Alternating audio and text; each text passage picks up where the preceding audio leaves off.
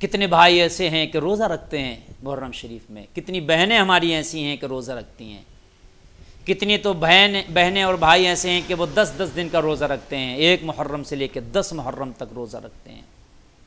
اللہ تعالیٰ ان کے ان روزوں کو قبول فرمائے۔ مرنے کے بعد، انتقال کرنے کے بعد ایک بندہ وہ ہوگا کہ جس نے فرض روزے کچھ کم رکھے ہوں گے، چھوٹ گئے ہوں گے اس کے بیماری کی وجہ سے یا بھول کر یا کسی طرح سے، پھر اس کے روزے کم پڑ رہے ہوں گے۔ اگر اللہ چاہے گا تو یہ جو نفلی روزے رکھے گیا ہے، جو محرم شریف میں رکھے تھے یا کسی اور موقع سے رکھے تھے، اللہ چاہے گا تو اپنی رحمت سے ان کو فرض روزوں میں بھی شمار کر لے گا اور اس کا بیڑا پار کر دے گا۔ او حسینیوں، میں آپ کو مبارکباد پیش کرتا ہوں، آپ شاد و آباد رہیں۔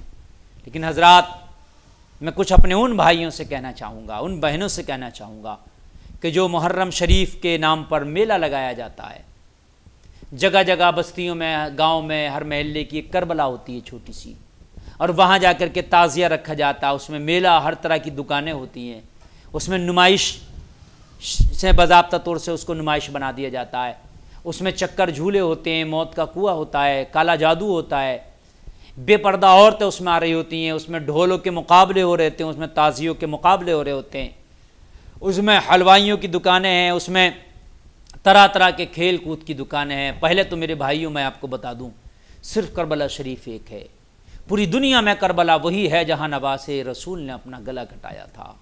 پوری دنیا کی کربلا ایک ہی ہے جہاں جگر گوشے بطول شہید ہوا تھا۔ پوری دنیا کی کربلا ایک ہی ہے کہ جس کے بارے میں میرے نبی نے فرمایا تھا، میرا نواسا جہاں شہید ہوگا وہ جگہ کربلا ہے۔ اب ایسے گھر گھر کربلا نہیں بن سکتی، بستی بستی کربلا نہیں بن سکتی۔ جیسے آپ دوسرا کعبہ نہیں بنا سکتے، ایسے آپ دوسری کربلا نہیں بنا سکتے۔ کربلا بنانے کے لیے سر کٹانا پڑتے ہیں۔ تیری بستی کی جو کربلا ہے، بتا وہاں کس نے سر کٹایا ہے؟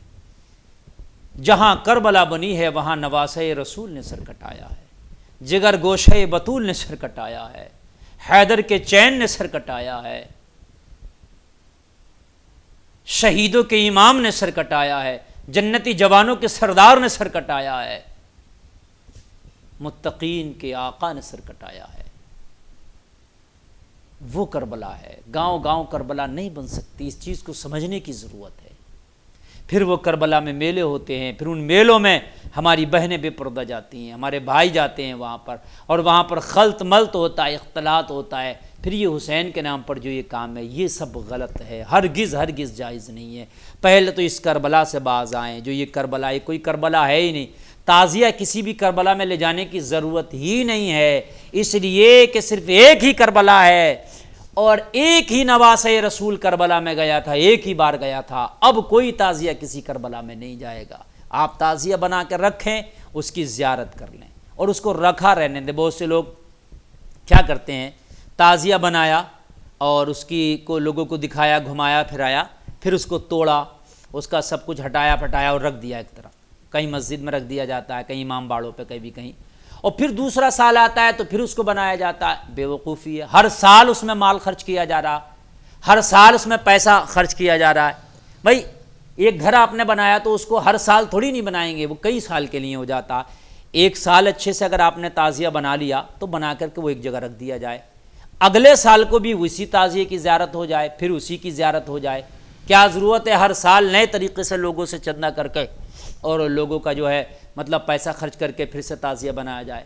اس سے بہتر تو یہ تھا کہ ہر سال امام حسین کے نام پہ چندہ کیا جاتا اور چندہ کرنے کے بعد میں غریب بچیوں کا نکاح کرا دیا جاتا۔ تو اس میلے میں جانا بالکل جائز نہیں ہے، جہاں پر کیا مرد اور عورتوں کا خلط ملط ہوتا ہے۔ وہ کربلا کوئی کربلا نہیں ہے، کربلا شریف صرف ایک ہے۔ اگر اللہ آپ کو زندگی میں وہ موقع دے تو آپ کربلا شریف جائیں اور اس کی زیارت کریں، اور ان کربلاؤں سے، ان میلوں سے باز آئیں جو آج کل ہماری بستیوں میں اور ہر بستی میں چل رہے ہیں۔ اللہ تعالی ہمیں صحیح طریقے سے دین کو سمجھنے کی توفیق عطا فرمائے۔